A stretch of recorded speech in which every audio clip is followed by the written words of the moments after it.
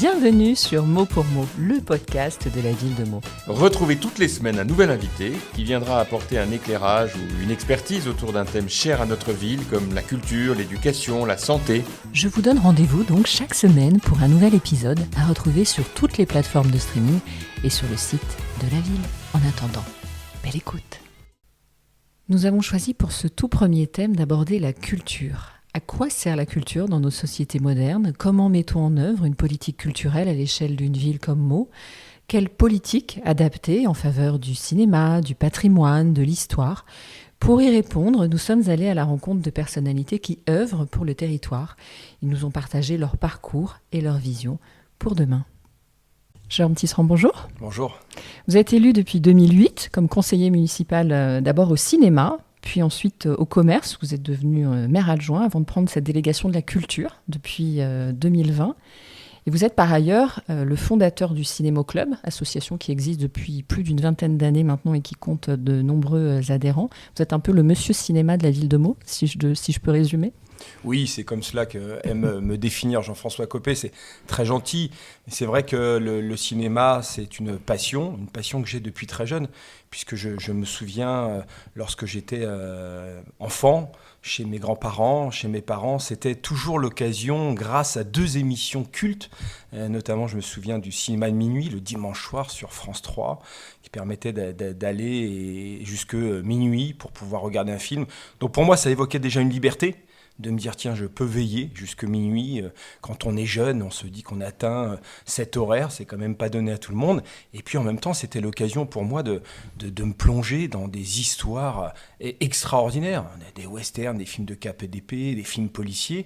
Et puis aussi de découvrir des comédiens dingues parce que pour moi, ils représentaient tellement.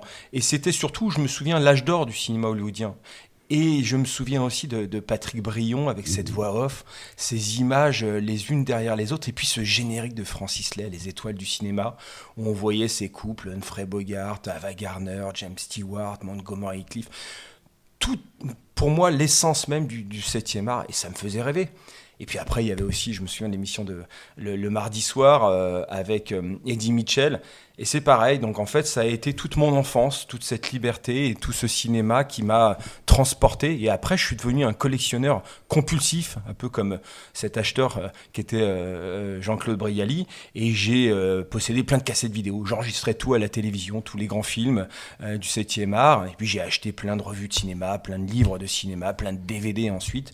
Et voilà comment je suis devenu passionné de cinéma. Et en arrivant en 1996 dans la ville de Meaux, eh bien, j'ai fait mon service militaire en tant que service ville et j'ai rencontré 3 jeunes qui faisaient partie du conseil consultatif de la ville de Meaux, notamment pour les citer parce que c'est important. C'était Émilie Bergot, Clémence Parigi et Maxence Charpentier qui ont été questionnés les Meldois et qui leur ont demandé mais est-ce que ça vous intéresserait de créer un ciné-club, de partager votre cinéphilie ?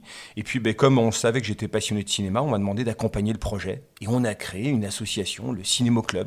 Et puis ces 3 acolytes sont partis dans leurs études sur Paris et m'ont laissé avec cette association. Et puis j'ai continué. Et puis aujourd'hui, cette association, on est à sa 27e saison.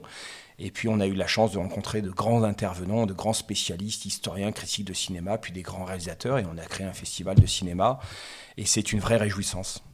Alors vous êtes également maire adjoint au patrimoine et sur ce mandat qui fait la part belle à la culture, il y a un autre grand projet qui a vu le jour ces dernières années. C'est notamment l'ouverture du domaine de Monthyon. Vous avez cité Jean-Claude Brialy tout à l'heure. Alors c'est évidemment un grand personnage de cinéma, mais pas que. C'est aussi un grand personnage de théâtre, mais c'est aussi un mondain dans le bon sens du terme. Comment est-ce qu'on fait revivre cette figure qui a marqué plus de 50 ans d'histoire de la culture, du spectacle, aux jeunes générations aujourd'hui ? Et avant tout, c'est un vrai cadeau déjà. Quand on arrive en tant que maire adjoint à la culture, en 2020, j'étais honoré de pouvoir prendre cette délégation quand Jean-François Copé me l'a proposé. Et quand vous avez dans vos projets le développement d'un tel site et avec un tel nom, Jean-Claude Brialy, vous dites qu'il y a plein de possibilités. Et à la fois, tant de possibilités, mais quelques contraintes. C'est-à-dire que Jean-Claude Brialy, il parle à une génération, mais pas aux nouvelles générations. Donc il faut trouver le moyen de les intéresser à Jean-Claude Brialy. Alors par les aspects que vous venez de décrire, c'est-à-dire le mondain, c'est-à-dire l'homme de culture, de télévision, de spectacle, et aussi du cinéma. Et ça tombe bien parce que le cinéma, en fait, Jean-Claude Brialy, il est aux prémices d'un mouvement de cinéma qui n'a pas été que national, mais international. C'est la nouvelle vague. Et c'est vrai que Jean-Claude Brialy, quand il arrive en France en 1954, jusque 57 où il va commencer dans son premier rôle de Beauserge, il va rencontrer la bande des Cahiers du cinéma. Et donc c'est le cinéma de Truffaut, de Chabrol, de Godard. Et ça, c'est un cinéma qui a fait le tour de la planète. Et donc on commence à s'intéresser à Jean-Claude Brialy. Et quand on s'intéresse à Jean-Claude Brialy, on commence à s'intéresser à Alain Delon, à Jean Marais, à Cocteau, à Édith Piaf, à toutes ces grandes personnalités en plus qui sont venues chez Jean-Claude Brialy à Monthyon. Et puis quand on rentre dans cette maison, comme Jean-Claude Brialy était aussi quelqu'un qui était un acheteur compulsif, on a énormément d'objets qui retracent cette vie culturelle.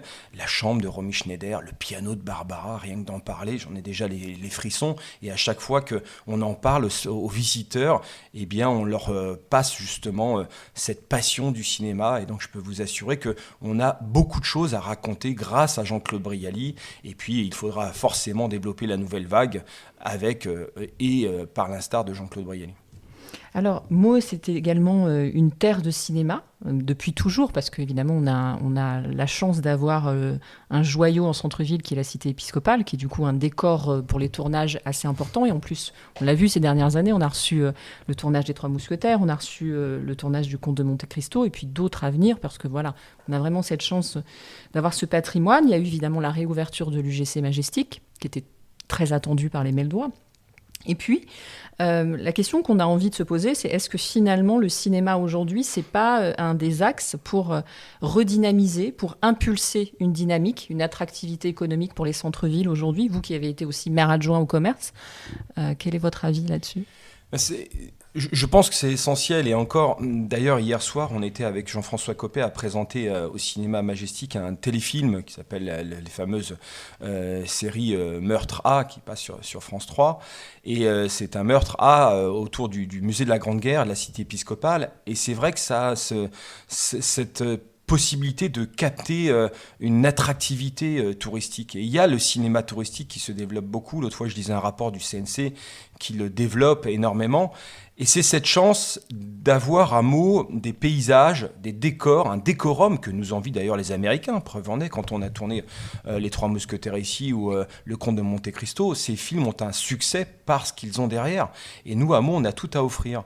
Et c'est vrai que pour moi, c'est une sorte de boucle, puisque quand je suis arrivé dans le conseil municipal, vous l'avez dit tout à l'heure lors de la présentation de ce podcast, en 2008, je suis conseiller municipal et on me demande de développer les tournages de cinéma.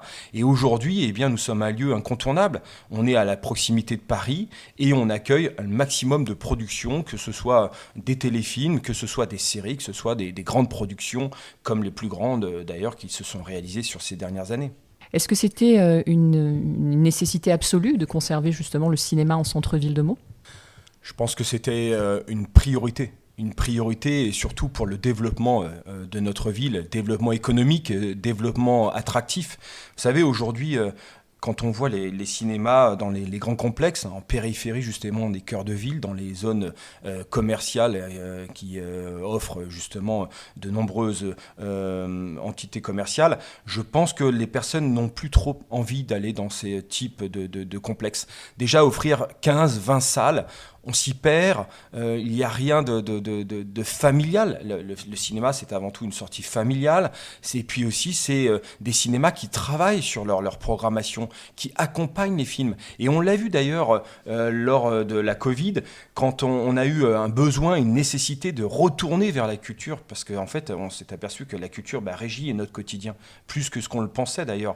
Et le cinéma, ceux qui ont vraiment fonctionné, c'est ceux qui ont travaillé autour du film. Et je prends l'exemple toujours d'une formidable équipe, c'est le cinéma Le Méliès à Montreuil, qui fait un travail remarquable et qui a des taux de fréquentation que tout le monde peut regarder et scruter.